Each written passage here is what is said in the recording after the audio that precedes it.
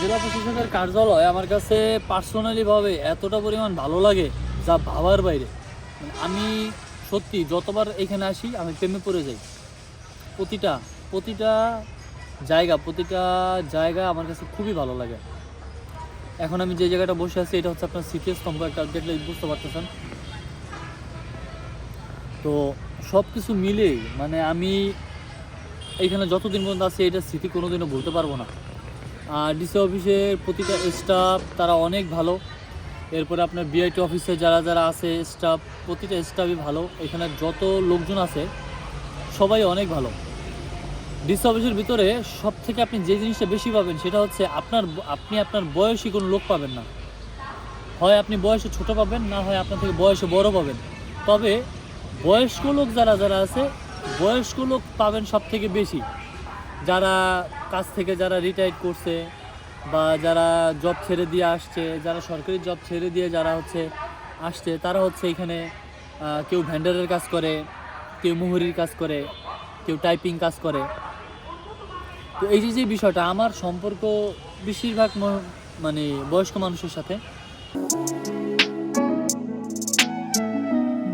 Hey guys, good morning, welcome to my new blog.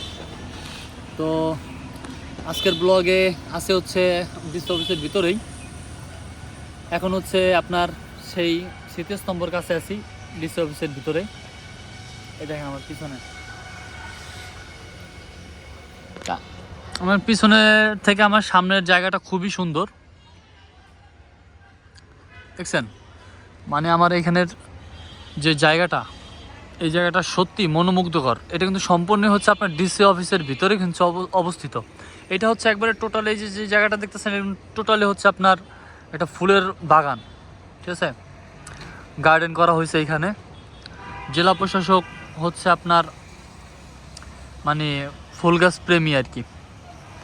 আর এই যে গাছগুলো দেখতেছে এগুলো সবগুলা আমলকি গাছ। ওই ভিতরে ওইখানে আছে আপনার আম গাছ। এই জেলা প্রশাসকের কার্যালয়। এখানে সব গাড়ি পার্কিং করা থাকে, গাড়ি সব কিছু রাখা থাকে এখানে। যারা যারা কাজে আসে কর্মকর্তাদের গাড়ি থাকে এখানে সিরিয়াল করা থাকে।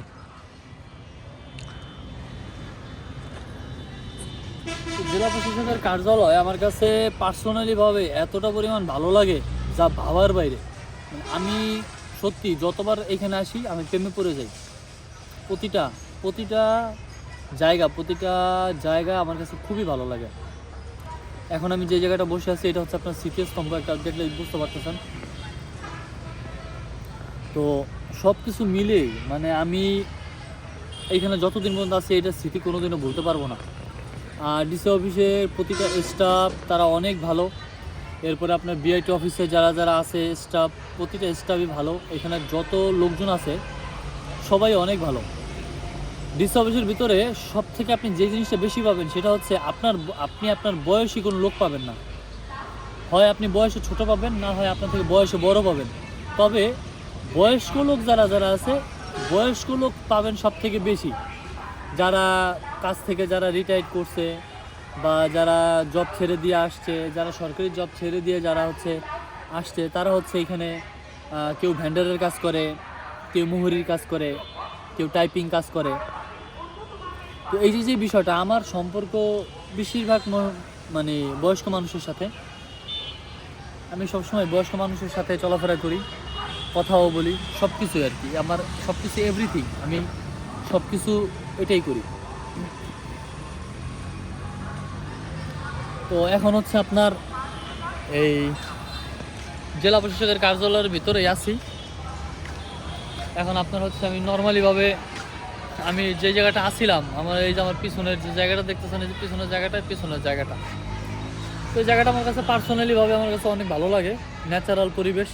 আপনারা যদি আমার মাদার ভিতর ব্লগ কেউ দেখে থাকেন তাহলে আপনারা চাইলে আপনারা এইটার ভিতরে আসতে পারেন, ছবি তুলতে আসতে পারেন, ভিডিও করতে আসতে পারেন, যে কোনো কিছু ফটোশ্যুট করতেও আসতে পারেন। খুব সুন্দর জায়গা, আর এটা টোটালি উন্মুক্ত। তো চলেন এখন দোকানে যাই। তো গাইস, এখন মূলত যাচ্ছি বাসায় আর কি। পানির বোতল নিচ্ছে, যে পানির বোতল এগুলো বাসায় দোকানে বসে আর কি খাইছি আজকে। এখন আর কি নিয়ে যাচ্ছি বাসায়। এখন আছি ডিসি অফিসের ভিতরেই আপনার। তো এখন যাব হচ্ছে আর মূলত যাব মেইন রাস্তায় যাব। মেইন রাস্তায় গিয়ে আবার সেই প্রতিদিনের মতো আর কি ইজি বাইকে উঠবো।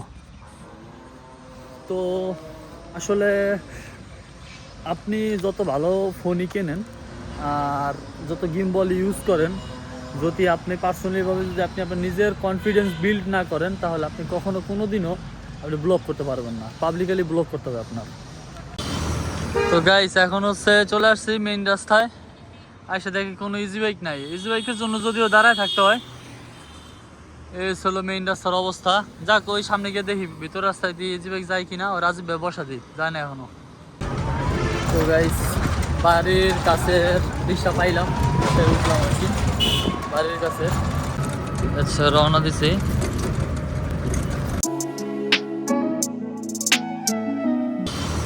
তো গাইস এখন হচ্ছে চলে আসছি মেইন রাস্তায়।